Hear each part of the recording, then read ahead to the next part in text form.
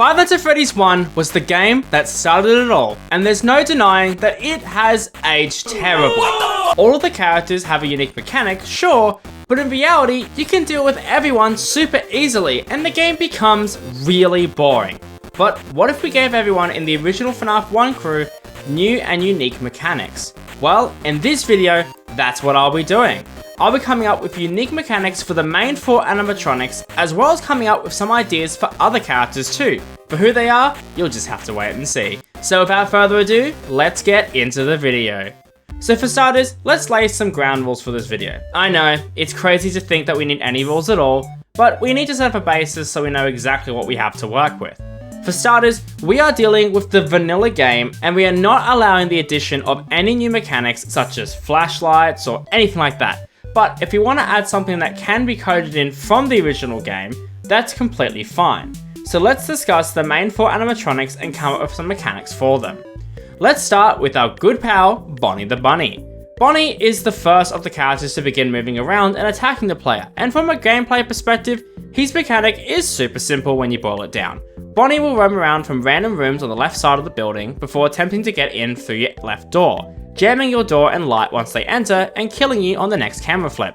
However, let's be real, this guy is an absolute joke, and his only real threat for experienced players is that blocking the left door makes it really easy for Foxy to come smashing through and knock you the fuck out. So let's make Bonnie an actual threat and challenge unlike the original game. For starters, I actually think that we should completely remove the door lights in this version of the game, since they really serve no purpose for the horror and it kinda just makes your space feel more safe overall. I think the fear of not knowing where things are is just way scarier. But hey, if you think we shouldn't do this, leave a comment down below, I don't know. So let's make it that Bonnie can roam around the entire building and attack from both the left and right doors respectively. He will behave the same as he did before, except you won't be able to see when he is at the doors, so you need to track him on the camera in order to keep him out. Now, I think that from Night 4 onwards, all the characters should have a second, more difficult mechanic, or like a buff on Night 4. So, for Bonnie, I think that we should make him from Night 4 onwards, he will break the camera if you look at him for too long. And yes, I'm stealing this from FNAF Plus, but that game will never come out, and quite frankly, I don't care. So with Bonnie's idea out of the way, let's move on to our next friend on the list, Chica, who probably needs to get the fuck out of the kitchen. Anyways, Chica is pretty much exactly the same as Bonnie, except that she only goes to the right door and acts exactly the same as Bonnie. However, we could definitely make Chica a bit more interesting than just another Bonnie. So here's my idea. Chica will roam around the building and attack similar to Bonnie, except that she's a little bit less aggressive and again attack from both sides. Now, yes, I know I just said we're gonna make this interesting and this is pretty similar to Bonnie for sure, but her Night 4 buff will be a definite variation. From Night 4 onwards, you will need to watch Chica on the cameras to see if her cupcake is in her hand or not. And if it's not, you need to check the west and east hall corner to see where the cupcake is and shut the appropriate door. Or else, the cupcake will jam that door button, leaving you completely defenseless on that side. Chica, however, would not be able to release a cupcake if she's in the kitchen or at the door, since we can't see her and it wouldn't be fair. I think this would make Bonnie and Chica a bit more difficult and actually require you to use the camera to figure out where they are throughout the night. For their kill timer, once they are at your door and the door has been left open for 5 seconds, they will enter on the next cam flip.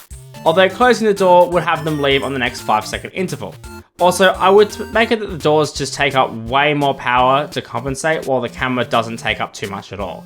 Now next up we have our boy Foxy. He was probably the most dangerous character in base Five Nights at Freddy's 1. He will slowly peek out of the Quiet Cove if you don't use the camera and will eventually sprint like hell down to your left door before either jump scaring you or slamming into it at max speed and somehow not breaking apart. Now, Foxy also takes power when he hits your door, probably because he's a petty little bitch. Anyways, if you're enjoying the video, do me a favor and subscribe. I'm personally thanking every subscriber at 100,000 subscribers. But now back to the game. Now, Foxy's mechanic, in my mind, should be very similar to the one it is in game, but with some slight variation. For starters, Foxy will no longer be stalled by your camera, and you will need to watch him since he can just leave whenever he wants to. He can also come from either door, but he won't drain any power. Now for Night 4 and onwards, I would make it so that Foxy has a chance to do a fake out, where he will begin dashing down one hall, but stop just before the door and turn around and go for the other door. needing you to react super fast. I think this would make Foxy extremely dangerous, so you definitely need to stay on your toes to prevent getting scared by him. Although I would also make it that if you're in the cameras, you can hear him start to run from any camera, with the audio being panned based on what side of the room he's on. And now, last but not least, we have our favourite animatronic bear, Freddy Fazbear. Now, in the base game, Freddy is the most confusing and has the strangest AI to a new player, but here's how he works in the base game. Freddy will move through various rooms in a set pattern, laughing through each one until he reaches your easthole corner. Then he will wait until you're looking at a camera that isn't 4B to attempt to enter the office. If the door is open, he jump scares you. Otherwise, he will go to the east hall and attempt to attack again. Yeah, he will never leave. Now, considering that Freddy is the face of the series, I definitely think that this mechanic is the strongest from the base game. But there's definitely a few ways we could make it better or different, I don't know, it depends how you perceive it. But here's an idea. Freddy will roam around the building, which you will know by him laughing. He will progress towards either door, and once he gets there, he will wait until he gets an opportunity and give you 3 seconds to react. If blocked out, he will go back to roaming, but may go straight back to the door. For a Nightfall buff, he will cause the cameras to go out for 10 seconds whenever he laughs. He will also have a similar camera stalling effect from the OG game, but I'll leave it up to you guys to decide how it would look.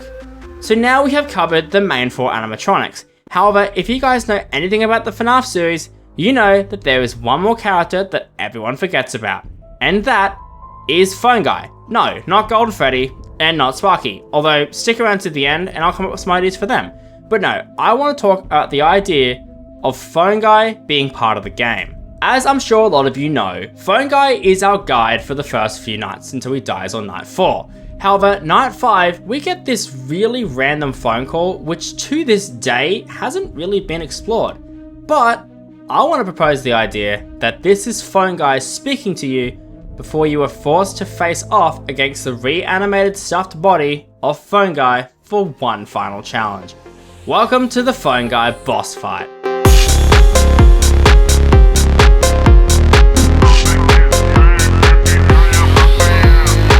Now, for a Phone Guy boss fight, I definitely want to make him a character that you have to deal with on top of everyone else. Although, I would make it that he only activates at 4 AM rather than dealing with him the entire night. Although, you would still be able to see him in the backstage from the beginning of the night. Once he activates, he will start making his way to your office and will attack your door similar to Bonnie and Chica, although he will attack really frequently and be way more aggressive than them. By 5 AM, every other character will stand in the dining area and stare at the camera while Phone Guy is constantly attacking you, until you hit 6 AM. I feel this would really tie the whole story together while also emphasizing the idea that these robots are just messed up as hell, and really providing one epic final scare before the game actually ends. And with that, we really only have 2 more characters that we could discuss or have ideas for. And while one of them is a fake character, I still want to come up with a mechanic for Sparky. So while I don't think Sparky should have their own night or anything like that, the idea that I have is that from time to time, there's a chance that Sparky will show up in the backstage. And if you look at him for too long, he'll rush to the power generator and fully take out your power. Which, yeah, you know what happens. Now obviously, it would take a second or 5 seconds to actually get him to move, and it would be really obvious that he was there, so you wouldn't get screwed for any reason. And it would be like a 1 in 100,000 chance for him to spawn like an actual Easter egg. And now, last but not least, we have Golden Freddy, who honestly will be the exact same as he is in the base game, except that instead of being a one-time Easter egg, if you activate him, he will constantly attack the player like every other character, where if you look at him in the office for 3 seconds, he will jump scare you. And there we are, all characters covered. Let me know any other ideas you have for future videos in the comments below. Subscribe, and I'll see you guys in the next video.